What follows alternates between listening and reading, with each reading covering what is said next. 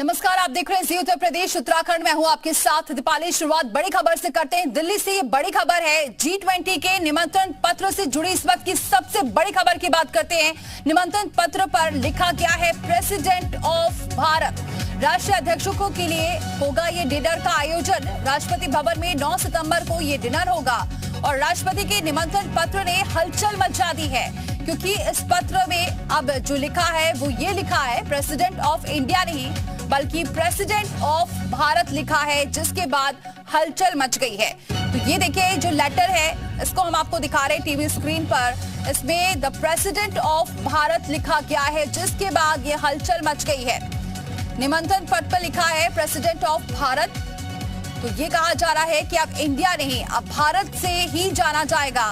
भारत, अब इंडिया का नाम नहीं होगा कहीं पर भी, भारत लिखा जाएगा हर जगह। और इसकी सुगबुगाहट इस बात से लगाई जा रही है क्योंकि ये जो निमंत्रण पत्र भेजा गया है डिनर का, इसमें द प्रेसिडेंट ऑफ भारत लिखा है और जिसके बाद ये हलचल मची है।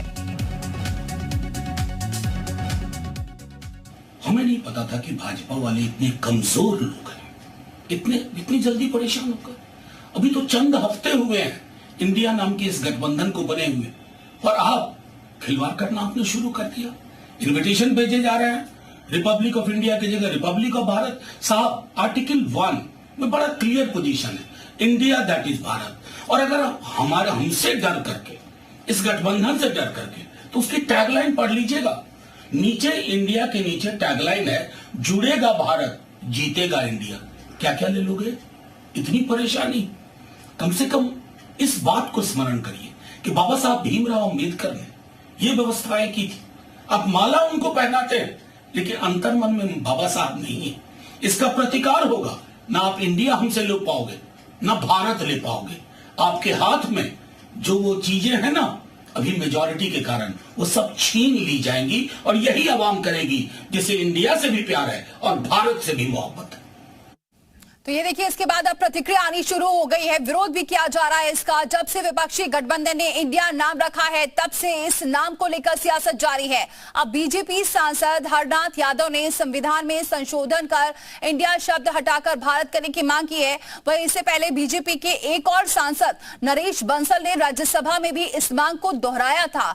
उधर आरएसएस प्रमुख मोहन भागवत ने भी कहा था कि इंडिया नहीं भारत बोलना चाहिए, चाहे किसी को समझ आए या नहीं।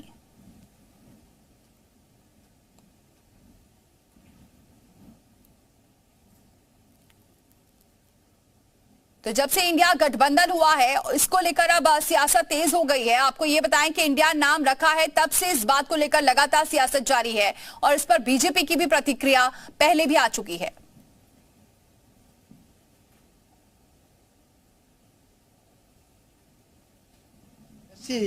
विकृत मानसिकता के तत्व हैं, लोग हैं जो कहते हैं, लोगों को गुमराह करते कि वो अंग्रेज सिंध की ओर से आए थे तो वो सिंध बोल नहीं पाते थे, इंड बोलते थे, तो धीरे धीरे करके इंडिया हो गया। मैं उन मूर्ख लोगों से, पागल लोगों से, ये शब्द जानबूझ के मैं प्रयोग कर रहा हूँ, आप ध्यान रखिएगा। ये पूछना चाहता हूँ कि सिंध से यदि इंडिया हो गया तो वहाँ इंडोनेशिया में सिंध नदी कहाँ थी? एंग्लो इंडियन जिस क्षेत्र में थे वहाँ सिंध नदी कहाँ थी? तमाम ऐसे देश हैं जिसके अंदर इंड शब्द रहा, वहाँ कहाँ थी? तो ये इंडिया शब्द एक अंग्रेजों के द्वारा दी हुई हमारे लिए गाली है, इसलिए इंडिया शब्द जाना चाहिए। भारत के स्वतंत्रता सेनानियों की मेहनत और बलिदानों के कारण जब 1947 में देश आज़ाद हुआ और संविधान में 1950 में लिख दिया इंडिया दैट इज भारत, जबकि हमारे देश का नाम हजारों साल से भारत ही रहा है। भारत को भारत ही बोला जाना चाहिए, इसके बजाय लिखा गया India that is Bharat. Bharatvarsh इस देश का वास्तविक नाम है। देश का अंग्रेजी नाम इंडिया शब्द गुलामी की निशानी है। देश को मूल और प्रमाणिक नाम भारत से ही मान्यता दी जानी चाहिए। ऐसे हमारा भारत देश है, सदियों से उसका नाम है जो असतो मा सद्गमय, तमसो मा ज्योतिर्गमय, मृत्योर्मा अमृतम गमय की यात्रा करता है, तेज की तरफ जाता है, प्रकाश में रत रहता है, ज्ञान में रत रहता है, वो हमारा देश है। उसका नाम भारत है तो दुनिया में कहीं भी जाएगा तो वो भारत ही रहना चाहिए। तो हम बोलने में लिखने में सर्वत्र भारत कहे। बीजेपी सांसद नरेश बंसल ने भी 27 अगस्त को ही राज्यसभा में इंडिया का नाम बदलकर भारत करने की मांग की थी। नरेश बंसल से जी मीडिया ने एक्सक्लूसिव बातचीत की है। में स्वीकार होने के बाद भी मुझे उसे उठाने का अवसर नहीं मिला। अब अवसर मिला तो मैंने अपनी भावना व्यक्त की है। मैं प्रारंभ से राष्ट्रवादी विचारधारा का हूँ और मेरे को ये बार बार कचोटता था कि भारत जिस संविधान के अंतर्गत हम सब आते हैं, जिसकी शपथ लेकर के हम आगे बढ़ते हैं देश के विकास के लिए, देश की उन्नति के लिए, उसमें पहला ही जो पंक्ति है इंडिया, वो कहीं ना कहीं गुलामी का प्रतीक है और स्वतंत्र भारत में हमको गुलामी के प्रतीक समाप्त करने चाहिए। कोई भी देश गुलामी के प्रतीकों को ढो करके प्रगति नहीं कर सकता है। अपने ही इतिहास के आधार पर, अपनी संस्कृति के आधार पर देश आगे बढ़ते हैं। तो मेरे मन में था और फिर जब 2022 को 15 अगस्त को लाल किले के प्राचीर से हमारे देश के यशस्वी प्रधानमंत्री आदरणीय नरेंद्र मोदी जी ने देश को अमृत काल में 25 वर्षों में विश्व का विकसित राष्ट्र बनाने के संकल्प में 5 प्रण को लेकर के आगे बढ़ने का कहा, तो उसमें से एक प्रण ये था कि हम गुलामी की मानसिकता से बाहर आएं।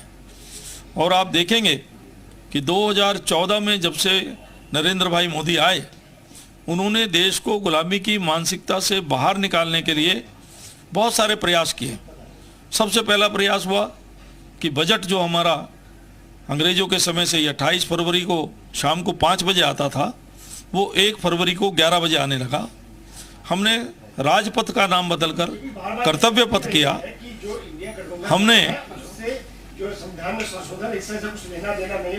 हमने इंडिया गेट पर गुलामी का प्रतीक जॉर्ज पंचम की मूर्ति को हटा करके तुम मुझे खून दो मैं तुम्हें आज़ादी दूंगा, ऐसा युवा पीढ़ी में जोश भरने वाले श्री सुभाष चंद्र बोस जी की मूर्ति को वहां पर स्थापित किया। मुगल गार्डन का नाम बदलकर अमृत वन किया। और इसी पर कांग्रेस नेता प्रमोद तिवारी का क्या कहना है, सुनिए जरा। लगता है कि अब दिन आ गए हैं विश्व शर्मा के। अरे भैया मत बोलो, नाराज जाएंगे मोदी जी। उन्हें तो रखा था make in India, skill India, Khelo India, ये सब तो नारे थे। हाँ, एक अशुभ था, राइजिंग इंडिया जब कहा था, उस चुनाव में भाजपा बुरी तरह हारी थी। तो ये इंडिया शब्द से जो इनको एक अजीब सा डर, भय सहम गए हैं, क्या ये इस हद तक चले जाएंगे कि संविधान बदल देंगे? संविधान में लिखा है India that is a Bharat. तो इंडिया और भारत तो भीमराव अंबेडकर, हमारे पूर्वजों, भारत की लोकसभा, राज्यसभा द्वारा पारित संविधान में शब्द है। इसे कैसे हटाओगे? इतना डर अच्छा नहीं होता बच्चे।